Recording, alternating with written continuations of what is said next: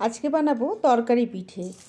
কড়াতে খানিকটা তেল দিয়েছি আর নারকেলটাকে কুচি করে কেটে নিয়েছি, কিছুটা দিয়ে দিলাম।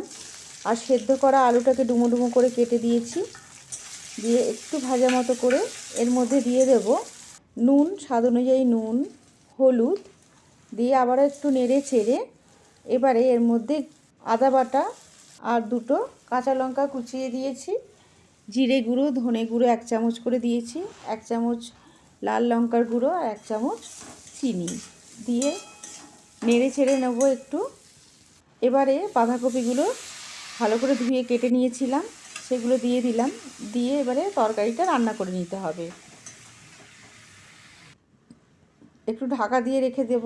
তরকারিটা আমার হয়েই গেছে। এবারে জায়ফল, জয়িত্রী আর গরম মশলার গুঁড়ো করা ছিল সেটা দিয়ে দিলাম, আর কাসুরি মেথি অল্প একটু দিয়ে নেড়ে চেড়ে নামিয়ে ঠান্ডা করতে রেখে দেবো।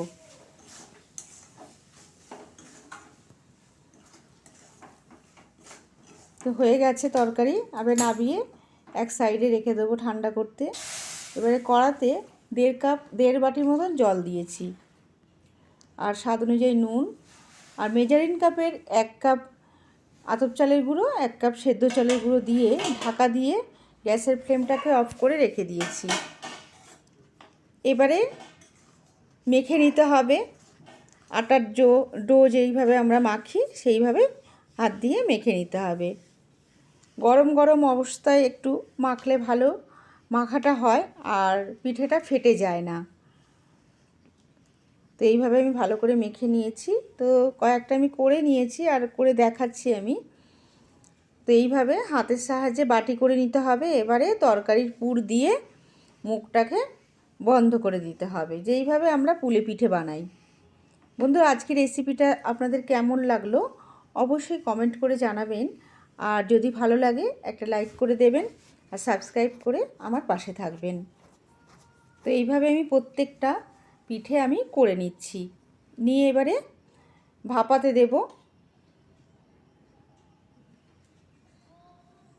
এই পিঠেটা কিন্তু খেতে খুবই ভালো লাগে, বাসি খেতে তো খুবই সুন্দর লাগে। গরমের থেকে কিন্তু বাসিটা খেতে বেশি ভালো লাগে। আমরা মিষ্টি পিঠে খেতে খেতে মুখ যখন এলে যায় তখন একটু মনে হয় যে একটু ঝাল ঝাল কিছু খাই। তো এই তরকারি পিঠেটা কিন্তু খেতে কিন্তু খুবই সুন্দর লাগে খেতে। এইভাবে একবার বানিয়ে খেয়ে দেখবেন, অবশ্যই সুন্দর লাগবে খেতে।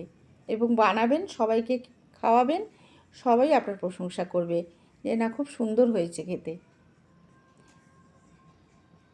তো এইভাবে প্রত্যেকটাই করে নিয়েছি।